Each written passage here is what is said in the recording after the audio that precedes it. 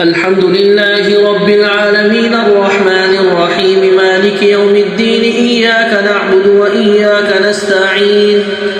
اهدنا الصراط المستقيم صراط الذين أنعمت عليهم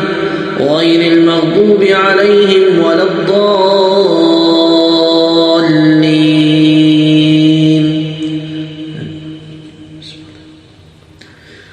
طه ما أنزلنا عليك القرآن لتشقى إلا تذكرة لمن يخشى تنزيلا ممن خلق الأرض والسماوات العلى الرحمن على العرش استوى له ما في السماوات وما في الأرض وما بينهما وما تحت الثرى وإن تجهر بالقول فإنه يعلم السر وأخفى الله لا إله إلا هو له الأسماء الحسنى وهل أتاك حديث موسى إذ رأى نارا فقال لأهلهم كثوا إني آنست نارا لعلي آتيكم منها بقبس أو أجد على النار هدى فلما أتاها نودي يا موسى إني أنا ربك فاخلع نعليك إنك بالوادي المقدس طوى وأنا اخترتك فاستمع لما يوحى إنني أنا الله لا إله إلا أنا فاعبدني وأقم الصلاة لذكري إن الساعة آتية أكاد أخفيها لتجزى كل نفس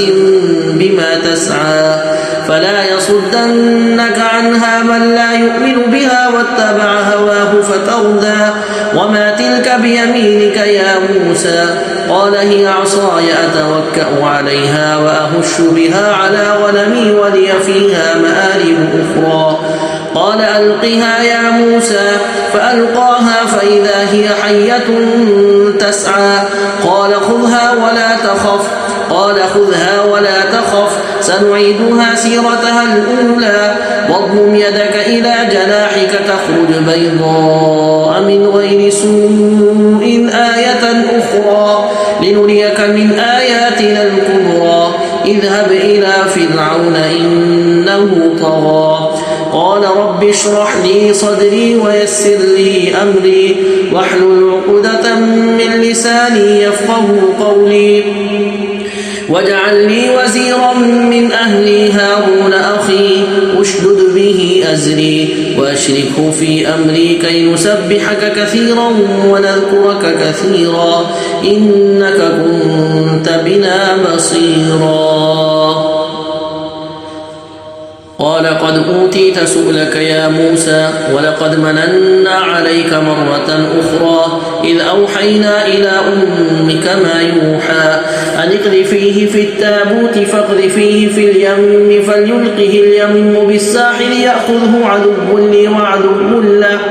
وألقيت عليك محبة مني ولتصنع على عيني إذ تمشي أختك فتقول هل أدلكم على من يكفله فرجعناك إلى أمك كي تقر عينها ولا تحزن وقتلت نفسا فنجيناك من الغم وفتناك فتونا فلبثت سنين في أهل مدين ثم جئت على قدري يا موسى واصطنعتك لنفسي اذهب أنت وأخوك بآياتي ولا تنيا في ذكري اذهبا إلى فرعون إنه طغى فقولا له قولا لينا لعله يتذكر أو يخشى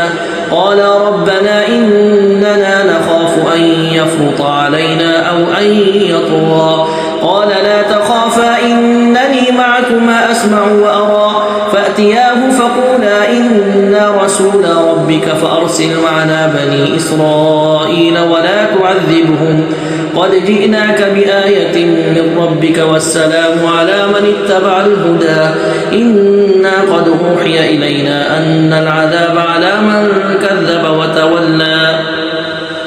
قال فمن ربكما يا موسى قال ربنا الذي أعطى كل شيء خلقه ثم هدى قال فما بال القرون الأولى قال علمها عند ربي في كتاب لا يضل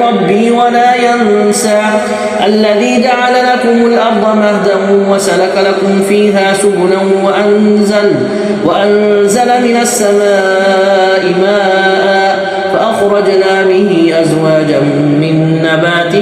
شتى كلوا وارعوا أنعامكم إن في ذلك لآيات لأولي